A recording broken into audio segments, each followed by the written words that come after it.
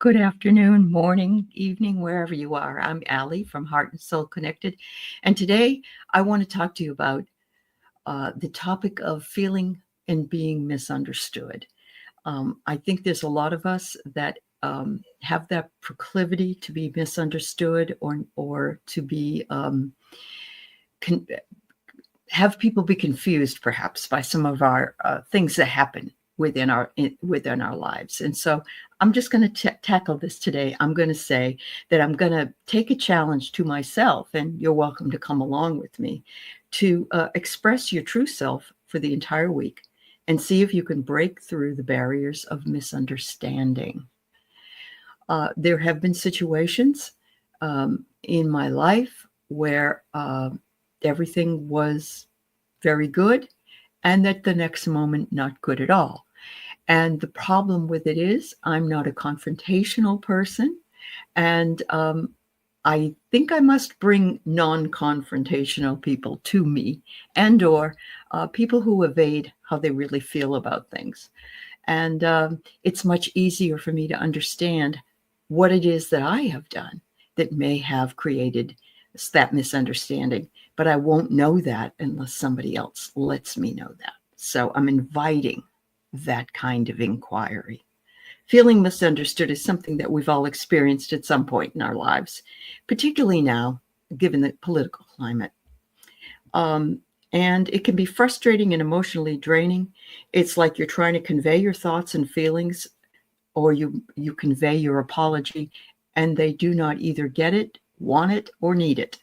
And it can lead to feelings of isolation and desolation and disconnection. So, this is just something that I feel is needing to be addressed in many avenues.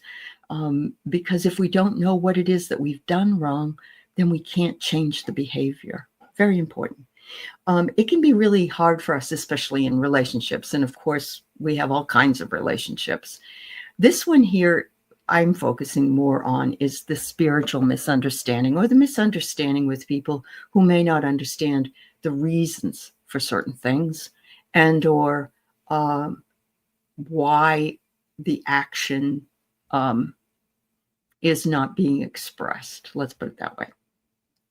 Feeling misunderstood also, it seems to happen when we're not feeling heard, and or the other may not be feeling heard. And it's really hard to navigate into that because we're constantly replaying conversations, looking at emails, trying to figure out what it is we did wrong. And perhaps we did nothing wrong. Perhaps it simply was that the person wanted to disconnect it to begin with, and they had their reason. They found their reason to do so, and that's their choice. I understand that.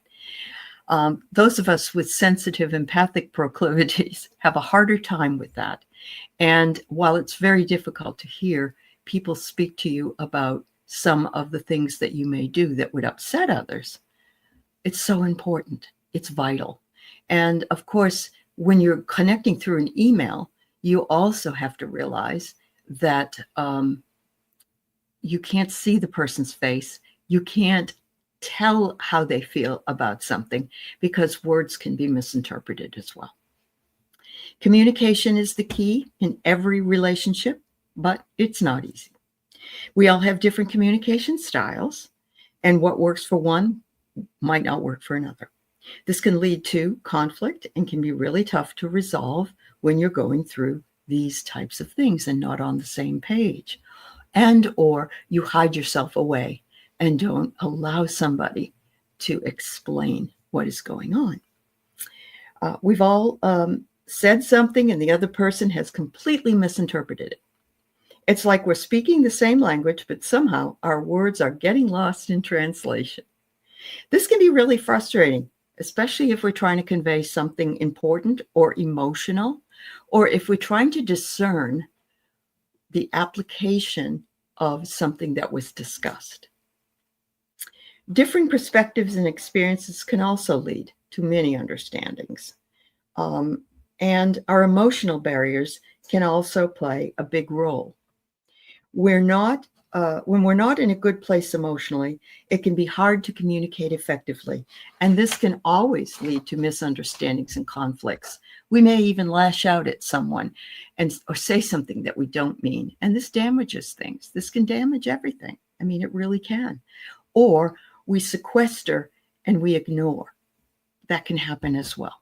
That doesn't solve anything. And it doesn't give the person who is perceived as saying something either wrong or not aligned with the other person's belief system the opportunity to explain. And there are some things we just can't explain. And I'm speaking more in terms of spiritual misunderstanding in this regard. I really have felt completely misunderstood by many people that I care about. Part of that is my New England clip, I call it. I will sometimes write something really fast or say something really fast and move on, thinking that I've handled the issue, but actually making the person feel as though I'm not listening to them. We just speak really fast when we come from New England, and at least a lot of us do, not everybody. And we may say something that may engender confusion to others who did not grow up in such a arena. And of course, we all come from different family backgrounds as well. I was trying to express my feelings and concerns, particularly in emails, and I could not get the person or persons to understand what it was that I was trying to say. I felt like I was talking to a brick wall, although it was because I never got any feedback from them. Then I realized that I needed to approach the conversation differently or walk away. And I had to choose the walk away option because there was no communication coming from the other side. As I reflected on that experience, I realized that understanding is a completely two-way street. It must be done. It's not just about expressing ourselves, but we also have to listen. We have to try to see things from the other person's perspective. We need to ask questions if we're confused. We need to reach out and try to gain the clarity, especially if we value the relationship. When we can't find that balance, it's difficult, but when we can, we have a much more effective relationship. It's okay to take a step back and try to understand where the other person is coming from, even if we don't agree with them. That is, if they do respond to you. This can be a powerful way to break through misunderstanding and build a stronger relationship, but the other side may or may not be able to do so either, particularly in a political climate of such diverse opinions. But by being more open and empathetic, we can create a safe space, and we need to let the person know that we are very sorry about that which we did not even realize we might have done. This is important because it clues people in to where the communication has broken down and allows for that person to explain in a manner that the other might be willing to listen to. Feeling misunderstood can be a tough experience, but it's not uncommon. The key points to remember are that communication and empathy are essential in overcoming those misunderstandings. And by being open, listening actively, and trying to see things from another person's perspective, we can build stronger, more meaningful relationships. So I invite you to think about it. Share your comments below. Let's create a community of understanding and empathy. And if you're looking for more tips on effective communication, then there'll be some more that will be available to you. These are just tidbits in time. Thank you so much for listening, and thank you for allowing me to communicate to you. Namaste.